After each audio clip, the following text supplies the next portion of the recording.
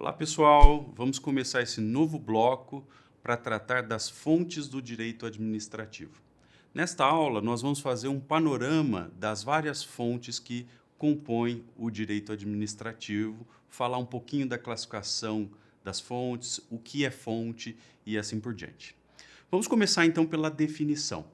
No direito, a fonte significa, na verdade, um conjunto de fatos ou atos aos quais um determinado ordenamento jurídico atribui a competência ou a capacidade de produzir normas jurídicas.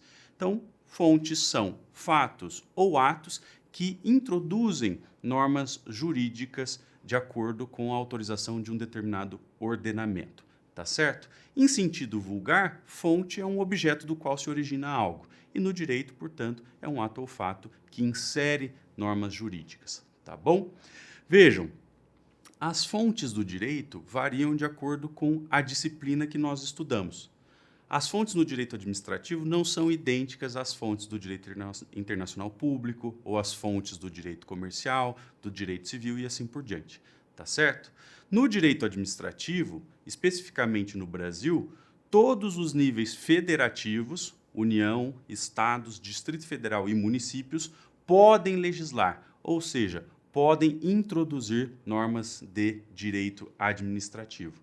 No entanto, apenas para exemplificar, no direito administrativo já não se aceita o costume como fonte. O costume tem até uma certa relevância, principalmente com a edição da LINDB, das alterações que ocorreram recentemente nessa lei, mas ele ainda não é considerado fonte do direito administrativo. Em alguns outros ramos, o costume pode sim ser fonte, tá bom? Então vejam que cada disciplina tem a sua peculiaridade. No direito administrativo, eu diria que a característica principal é a multiplicidade das fontes. Nós temos no direito administrativo um conjunto muito grande, um conjunto enorme de veículos introdutores de normas, tá certo? Então vejam, diferentemente do direito civil, do penal, processual, não existe um grande código de direito administrativo que valha para todos os entes da federação e para todos os assuntos que envolvem a administração pública. O direito administrativo brasileiro não é codificado e nem haveria como se codificar o direito administrativo, sobretudo em razão da nossa estrutura federativa e também da própria abrangência dessa disciplina jurídica, tá certo? Vejam, eu quero também alertar a todos que o fato de não haver um código geral de direito administrativo não significa que nós não tenhamos nesta disciplina alguns códigos setoriais. Então, existe no direito administrativo o Código de Mineração, Código de Trânsito, Código de Florestas, de Águas e assim por diante. Mas esses códigos de direito administrativo são setoriais, eles cuidam de políticas públicas específicas. Um código com a parte geral do direito administrativo não existe no Brasil, tá bom? Essa multiplicidade, essa variedade das fontes do direito administrativo decorre, além do aspecto federativo, da nossa estrutura federativa, também da dinâmica da administração pública e da grande mutabilidade das tarefas estatais. O Estado é dinâmico e a administração pública, por consequência, também é muito dinâmica. Suas atividades mudam frequentemente, sobretudo à luz de cada concepção governamental, tá certo? Então, codificar o direito administrativo seria muito difícil, né, se não impossível, diante dessa dinâmica, diante dessa mutabilidade das tarefas estatais e, obviamente, diante da nossa estrutura federativa.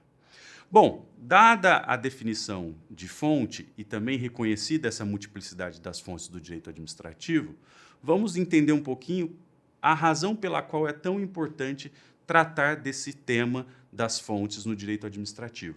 Eu até estou destacando isso aqui porque muitos livros, muitos manuais e cursos de direito administrativo não cuidam desse tema, ignoram o tema das fontes. Então é muito importante frisar por que é que nós estamos tratando de fontes dentro de um curso virtual de direito administrativo.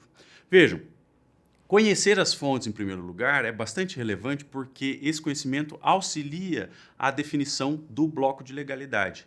Toda vez que se faz uma análise de legalidade de um comportamento da administração pública ou de um particular em relação com a administração pública, é preciso que nós saibamos qual é o conjunto de leis e de atos normativos que se aplicam àquela conduta. Isso é o que nós chamamos de bloco de legalidade. O bloco de legalidade é o conjunto de leis e atos normativos aplicáveis a uma determinada situação, a um determinado conflito, a uma determinada conduta. Se nós não soubermos como se estruturam as fontes e como as fontes se relacionam, nós não conseguiremos definir bem o bloco de legalidade. Em segundo lugar, as fontes orientam a ação administrativa, interpretativa e aplicativa da administração. Eu preciso conhecer a fonte do direito para saber, não é, que norma aplicar e como conduzir as ações da administração pública. Por exemplo, será que a Lei de Processo Administrativo se aplica a estados e municípios? Essa lei, a princípio, foi editada para reger a administração pública federal. Muitas vezes, porém, ela é utilizada por estados e municípios. Será que isso é possível ou não? Então, vejam que entender bem esse assunto das fontes é fundamental para nós sabermos como se orientar a ação administrativa no dia a dia. Em terceiro lugar, o conhecimento das fontes permite verificar a legalidade das normas. Lógico, não é? Se as fontes são essenciais para se definir o bloco de legalidade, conhecer as fontes também é relevante para se analisar a legalidade formal das normas, não apenas a legalidade material, tá bom? E, em quarto lugar, as fontes, ou melhor, o seu conhecimento, contribui com o exercício correto das funções de controle. Os órgãos de controle também têm que saber exatamente quais são as leis e atos normativos que se aplicam a uma conduta, ou a um comportamento, a uma situação, um conflito envolvendo a administração pública. Do contrário, esses órgãos de controle podem fazer análises incorretas, indevidas da situação concreta. Tá bom? Para finalizar essa primeira aula introdutória, vamos ver como essas fontes se classificam. Eu enumerei aqui 3 critérios básicos para fazer classificação das fontes. O primeiro critério é um critério subjetivo ou institucional, que leva em conta a pessoa que edita, que cria aquela fonte introdutora de normas no direito administrativo. Com base nesse critério subjetivo, nós podemos diferenciar fontes legisladas, fontes administrativas, que são aquelas criadas pela própria administração pública, fontes jurisprudenciais, que são criadas tanto pelo judiciário quanto pelos órgãos da administração pública que exercem função decisória, e também fontes não estatais. Em segundo lugar, nós podemos utilizar um critério federativo, que leva em conta os vários níveis da Federação Brasileira. De acordo com esse critério, nós podemos diferenciar 4 tipos de fonte. As fontes nacionais, ou seja, aquelas que introduzem normas que valem para toda a federação, ou seja, para todos os entes federados, União, Estados, Distrito Federal e municípios. As fontes federais, que trazem normas aplicáveis à União. As fontes estaduais e distritais, que trazem normas para os estados e para o Distrito Federal, e também as fontes municipais, tá bom? Em terceiro lugar, nós temos um critério de hierarquia, critério de hierarquia normativa, não é? Fontes que introduzem normas de hierarquia superior e fontes que introduzem normas de hierarquia inferior. As fontes de maior hierarquia no direito brasileiro são as fontes constitucionais.